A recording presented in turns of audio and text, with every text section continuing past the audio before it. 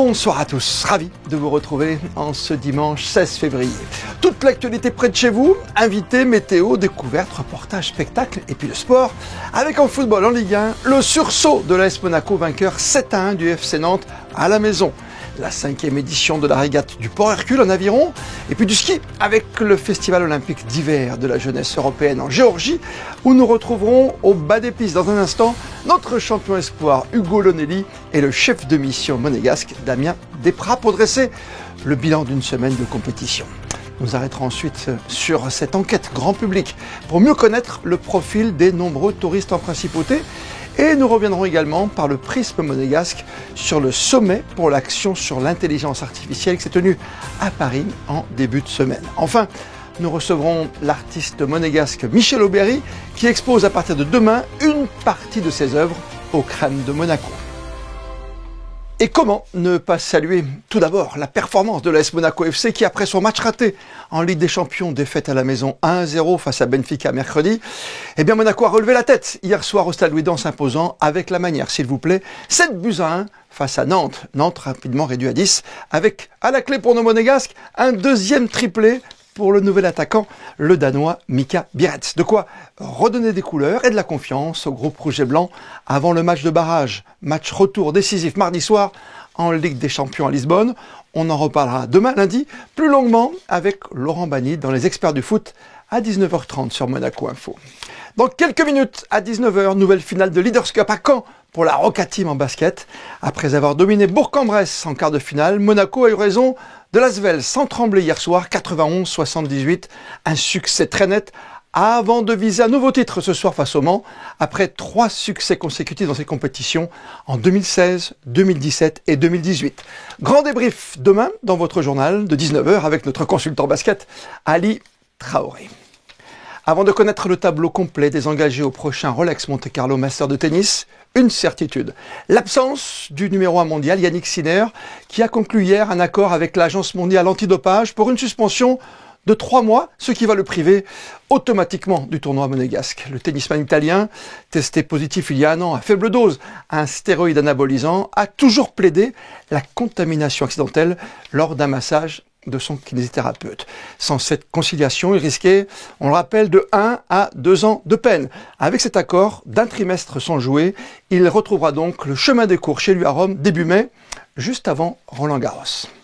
En aviron et dans des conditions optimales, la 5e édition de la régate du Port Hercule a eu lieu cet après-midi. Frédéric Elion était dans le sillage des meilleurs rameurs sur mer de ce dimanche. Vainqueur en 2023 et 2024 du classement des clubs mers de la Fédération française d'aviron, la Société nautique de Monaco est la référence de la discipline en France. Le club organisait ce dimanche la 5e régate du Port Hercule sur le plan d'eau monégasque. On a à peu près 80 bateaux engagés qui représentent 18 clubs sur une régate régionale et interrégionale, qui compte aussi pour le Challenge Euromed. C'est pour ça qu'il y a des Espagnols qui sont là, des Italiens, mais pas beaucoup. Cette année, on a quand même moins engagé que les autres années, parce que la date qu'on a choisie nous a été imposée par la Ligue, mais elle est en plein milieu des vacances scolaires de notre zone. Donc ce qui fait que on a à peu près un total de 250 rameurs. L'an dernier, il y avait pratiquement 350, si on comptait bien. Donc c'est quand même un succès. On a la chance encore d'avoir un temps merveilleux. Plusieurs courses se sont enchaînées toute la journée avec, pour toutes les catégories excepté les J14, 6 km de régate, une boucle de 3 km avec 3 bouées à contourner, à parcourir 2 fois. 19 bateaux de la Société nautique étaient engagés avec de très beaux résultats, comme la victoire du double senior composé de Louis Fontanilli et Guillaume Blanc qui l'emporte largement devant des 4 des bateaux composés de 4 rameurs, ou encore la victoire du 4 monégasque en J16. C'est super agréable, en plus les conditions sont idéales aujourd'hui et c'est cool de voir autant de clubs d'étrangers aussi à Barcelone et un club de Londres qui viennent ici à Monaco, donc non, c'est une bonne ambiance et c'est toujours cool. C'était une course assez agréable, on a réussi à bien gérer et franchement on a adoré le moment. Mes coéquipiers s'appellent Maxence, Louis et Alban, c'est un bateau assez récent qui vient de se former et du coup on s'entraîne dur et l'objectif c'est les championnats de France, performer le mieux possible ce jour-là. Présent sur les podiums toute la journée, la Société nautique de Monaco a assumé et confirmer son statut de meilleur club d'aviron de mer en France. On passe au ski, sport de saison, avec dans l'antichambre du Grand Cercle Blanc, le Festival olympique d'hiver de la jeunesse européenne qui s'est tenu à Bakuriani en Géorgie. Avec nous ce soir pour évoquer ses performances de la semaine, le jeune skieur monégasque de 17 ans, Hugo Lonelli, et à ses côtés son chef de délégation, Damien Desprats. Bonsoir à vous deux. Bonsoir. Bonsoir. On est ravis de vous retrouver pour ce Festival olympique de la jeunesse européenne qui se situe en Géorgie. Très précisément, Damien, c'est quel endroit ? Alors nous sommes à Bakuriani, c'est à peu près à 4 heures de la capitale de Tbilissi, dans des montagnes avec des conditions magnifiques depuis une semaine. Très bien, et Hugo déjà cartonné, a fait des performances géants et slalom, hein. Tu nous racontes ? Ouais, donc j'ai participé donc au géant et au slalom cette semaine. Donc c'était deux belles courses qui étaient organisées, des super conditions, une super piste. Ils ont vraiment aménagé ça d'une super manière pour deux belles épreuves. Bon, malheureusement pas trois pour le parallèle par équipe, mais en tout cas deux belles épreuves de technique. Oui, il y a de plus en plus de belles épreuves, on a vu, mixtes ou par équipe, on l'a vu même dans les championnats du monde, hein, qui sont en même temps que vous. C'est vrai que c'est passionnant. Vous partez toujours avec des dossards très élevés. Est-ce que c'est facile à appréhender une course dans ces conditions ? Alors, ouais, malheureusement, j'ai des dossards assez élevés, mais en tout cas, pour le géant, ça n'a pas affecté la course. Le terrain est resté super. Donc, non, non, c'était pas du tout un désavantage. D'accord ? En revanche, le slalom, les trois premiers virages étaient un peu détériorés. Donc, ça a un peu impacté la manche. Donc, oui, là, ça a représenté un désavantage. En tout cas, de manière générale, j'ai essayé de gagner le plus de place possible avec des dossards assez élevés. Et vous êtes resté sur le parcours en slalom parce que je crois qu'il y avait à peu près 90 concurrents et il y a à peine un tiers qui est arrivé en bas. Hein. Ouais, j'ai essayé de rester debout. C'était pas super simple, mais j'ai fait au mieux en tout cas. C'est pas simple, Damien, justement, quand on a une équipe comme Monaco, quand on a un coureur, aujourd'hui un compétiteur, hein, comme Hugo, à chaque fois donner des conseils par rapport à la piste. On appelle ça dans le jargon des bassines, hein, par exemple, quand on passe en géant. Hein. Ouais, tout à fait. C'est pas évident, mais Hugo est accompagné ici par son entraîneur Valeria Poncé, qui a fait un travail exceptionnel sur la semaine. J'ai pu superviser ça. C'était très agréable de les voir travailler ensemble. Je pense que depuis quelques mois, Valeria accompagne Hugo et on a vu l'évolution qu'il a eue ces derniers temps. Elle avait le rôle parfait, elle a su le jouer du début à la fin, avec tous les apports techniques qui étaient nécessaires. J'ai la chance d'assister au débriefing régulièrement, et c'était très intéressant et très pertinent. Comment on progresse encore un peu plus dans la hiérarchie mondiale ? Est-ce qu'on peut viser un jour être sur le grand circuit pour vous, par exemple ? C'est votre ambition, Hugo, en tout cas. Ce serait mentir que de dire non. Pour l'instant, j'en suis encore loin. On voit étape par étape. Mais oui, comme l'a rappelé Damien, c'est par des compétitions comme ça, par des feedbacks comme j'ai pu en avoir avec Valéria cette semaine, qu'on progresse, qu'on trouve les choses. Donc voilà, on continue. Si un jour j'arrive, ce sera tant mieux. Mais bon, pour l'instant, on fait étape par étape. Oui, dans le bon timing, dans le bon tempo. On rappelle que c'est une épreuve qui est réservée ici. Ces championnats, en tout cas, ce Festival olympique de la jeunesse européenne, c'est quoi ? C'est 15-18 ans, hein, je me trompe pas. Hein. Ouais, tout à fait. 15-18 ans, mais je voudrais préciser que Hugo avait déjà participé l'année dernière aux Jeux Olympiques de la jeunesse pour le Comité olympique monégasque. En Corée ? C'était une première en Corée du Sud, tout à fait, à Gangwon. C'était une première épreuve pour lui internationale, un petit peu dans le milieu de l'olympisme, multisport.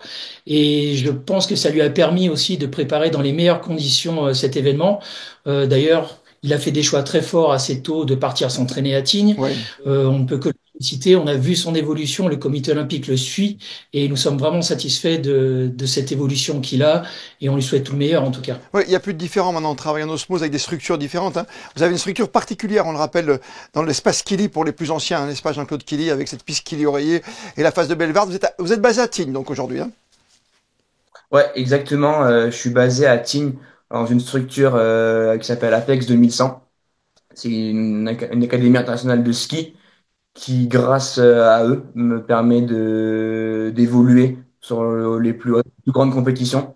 Comme Valeria est membre de cette académie et grâce à tout l'investissement qu'il y a autour, ben, je peux être présent avec un bel encadrement sur cette compétition, comme j'ai pu l'être l'an passé en Corée du Sud. On vous souhaite de bien progresser encore, surtout Hugo, bien sûr, de monter très rapidement. Alors peut-être pas les prochains jeux, mais dans 5 ans, c'est une belle date ça aussi. Hein.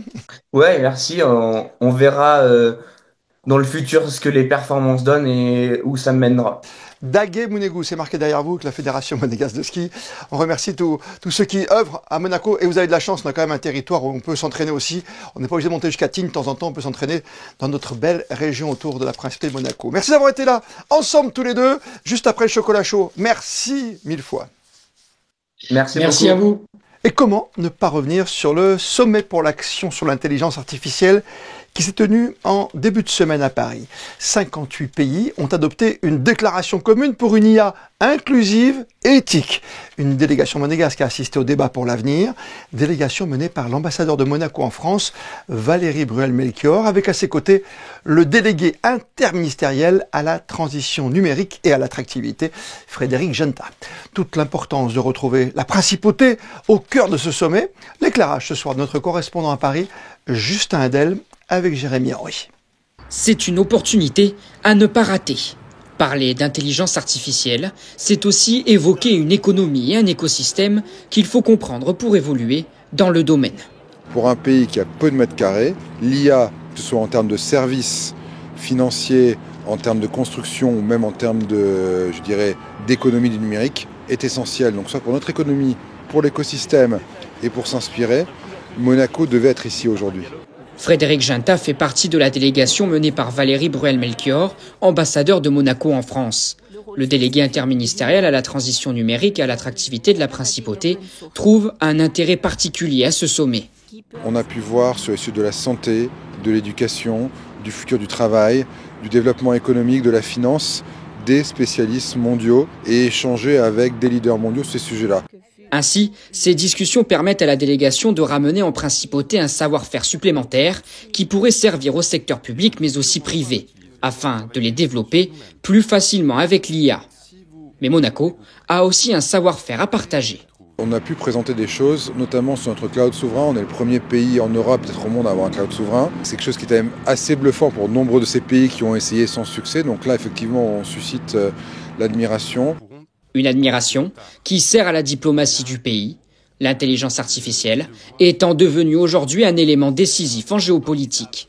Tout le monde a participé en comprenant l'enjeu de faire vite, en fait, de s'entendre vite diplomatiquement parce que l'intelligence artificielle n'attend pas.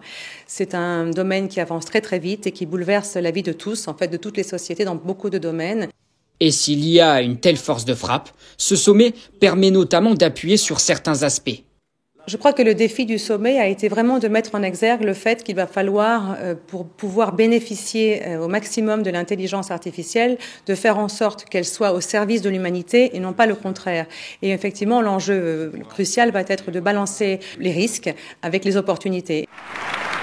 Ce sommet sur l'intelligence artificielle joue donc un rôle important au niveau international, des enjeux auxquels la principauté ne peut passer à côté. Une grande enquête dirigée par l'IMSS et la direction du tourisme et des congrès est en cours pour mieux connaître le profil des touristes. Leur nombre, toujours en hausse, leur profil, leurs envies, leurs besoins aussi. Dossier signé Sarah Karim avec Arnaud Humbert. Il n'y avait pas eu une telle enquête depuis 2010. En ce début d'année, l'ADTC, en partenariat avec l'IMSS, se lance dans un projet d'envergure centré sur les touristes de la principauté. L'objectif de cette campagne, c'est de mieux connaître les touristes. Quand je dis touristes au sens large, touristes, excursionnistes, croisiéristes, tous les gens qui viennent à Monaco, savoir déjà combien il y en a, leur nationalité, comment ils sont venus, pourquoi, est-ce que c'est pour un congrès, est-ce que c'est pour le Grand Prix de F1, et aussi c'est savoir combien ils dépensent et comment, où, est-ce que ça sera ventilé en grand poste, c'est-à-dire la restauration, le shopping, est-ce qu'ils vont au casino, est-ce que c'est des activités artistiques, voilà, c'est vraiment pour avoir une idée aujourd'hui de qui sont nos touristes. Et ça permettra aussi, en les connaissant mieux, en les comprenant mieux, de mieux adapter notre offre. Pour cela, deux moyens. Les interrogés peuvent répondre par eux-mêmes via ce QR code répandu un peu partout sur le territoire, sous forme d'affiches, de flyers ou encore de chevalets dans les restaurants, ou bien par le biais d'un personnel dédié. Nous avons les hôtesses de la direction du tourisme et des congrès, à l'office du tourisme, qui propose donc aux personnes qui demandent des renseignements de répondre à cette enquête, donc simplement en scannant le QR code avec leur téléphone. Mais il y a aussi des hôtesses qui vont tourner dans Monaco, qui vont être présents sur certains événements qui vont aller interroger les personnes directement. Le questionnaire est dématérialisé, anonyme et se remplit en l'espace de 5 minutes. Les résultats de l'enquête seront connus courant 2026.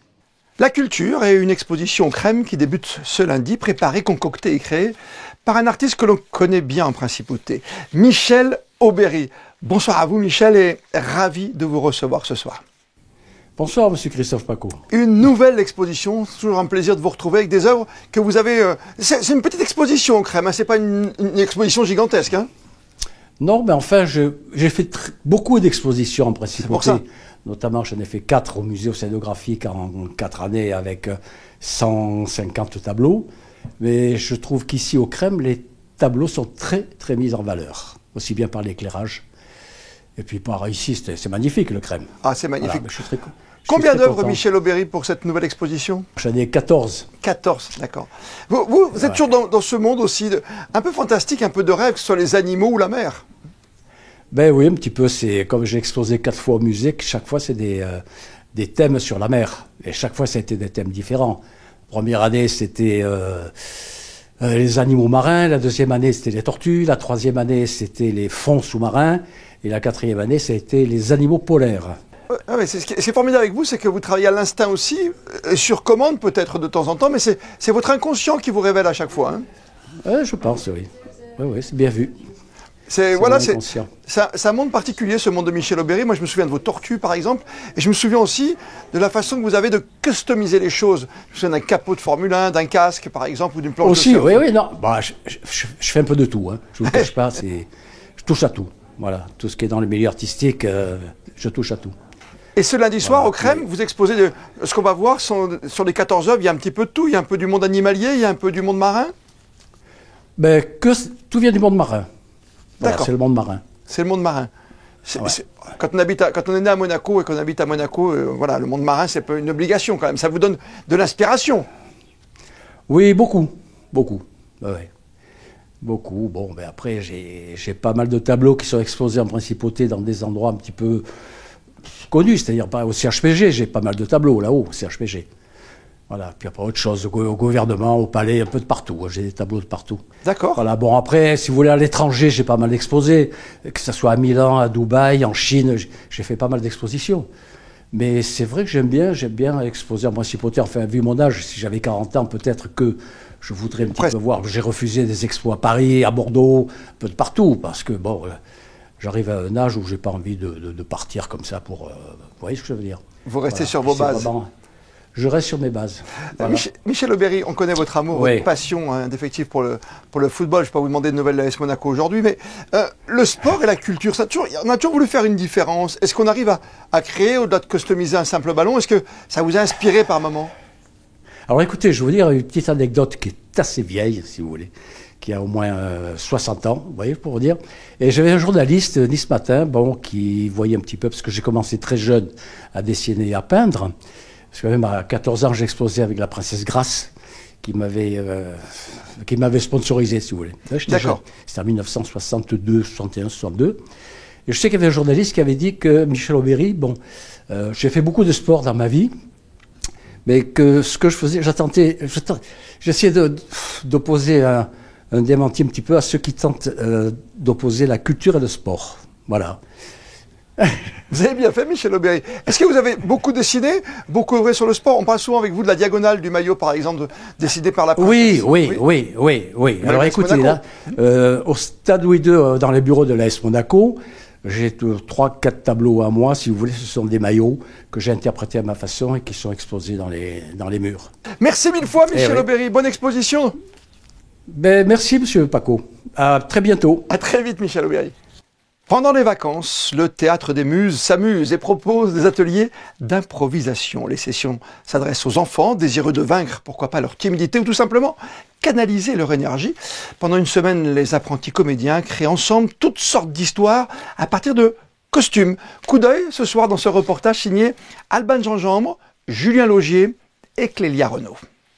On y va. Retourne-moi qui va participer à la grande parade. Il me faut du temps. On se voit demain. On y va. Rapidos.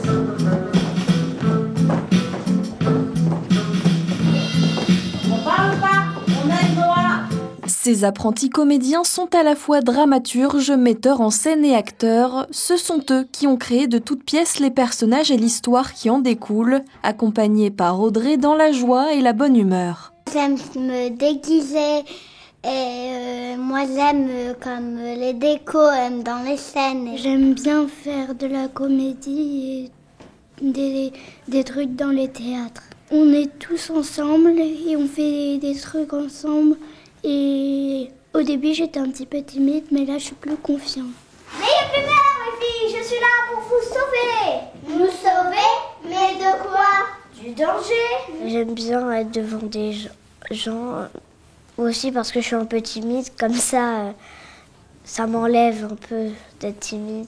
Sur les planches, les enfants participent à des exercices de réactivité et de cohésion, un moyen efficace pour vaincre la timidité et affronter le regard des autres. Le théâtre d'improvisation, c'est aussi une façon d'être en lien avec son entourage. On parle beaucoup des réseaux sociaux. Mais en fait, ça n'a pas vraiment quelque chose de social puisqu'on est coincé derrière les écrans. Toute notre communication non verbale, c'est-à-dire le corps, les gestes, l'intonation, on n'y a plus accès derrière un écran. Et on ne sait plus en fait comprendre, interpréter et entendre l'autre. Les planches, c'est un formidable terrain de jeu justement pour être en relation avec l'autre. Ça nous permet de mieux gérer nos émotions parce qu'on va d'abord les identifier chez soi, on va les identifier chez les autres, on va pouvoir jouer avec. Ça permet de grandir dans une société pour faire des adultes qui, j'espère, sauront mieux communiquer entre eux. À l'occasion hier de la journée mondiale du cancer de l'enfant, le Palais Princier s'est teinté d'orange en soutien aux actions de la Fondation Flavien créée par Denis Macario, une association qui lutte depuis des années contre les cancers pédiatriques et les maladies rares. Et puis demain, dans un nouveau podcast Monaco Info présenté par Geneviève Berthy, c'est Christophe Glasser, le directeur de Fight Aids Monaco, qui sera son invité. Entretien à retrouver quand vous le souhaitez sur vos réseaux sociaux, vos plateformes préférées. Dans un court instant, votre météo préparée par Frédéric Elion. On se retrouve demain, 19h, pour un tout nouveau journal. D'ici là, belle et bonne soirée à toutes et à tous. Et plus que jamais, vous le savez, vous êtes bien sur Monaco Info.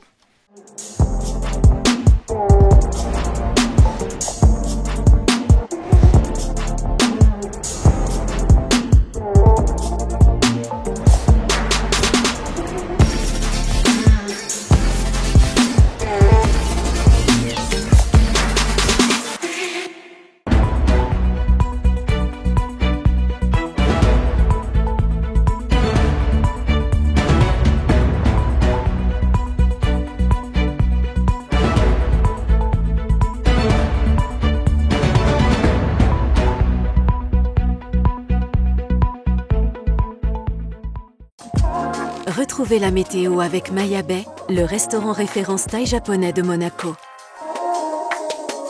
Bonsoir à toutes et à tous. Lundi, le temps sera maussade pour débuter cette nouvelle semaine. Aucun risque de pluie, mais un ciel bien chargé le matin. Le soleil arrivera par moments à percer les nuages l'après-midi.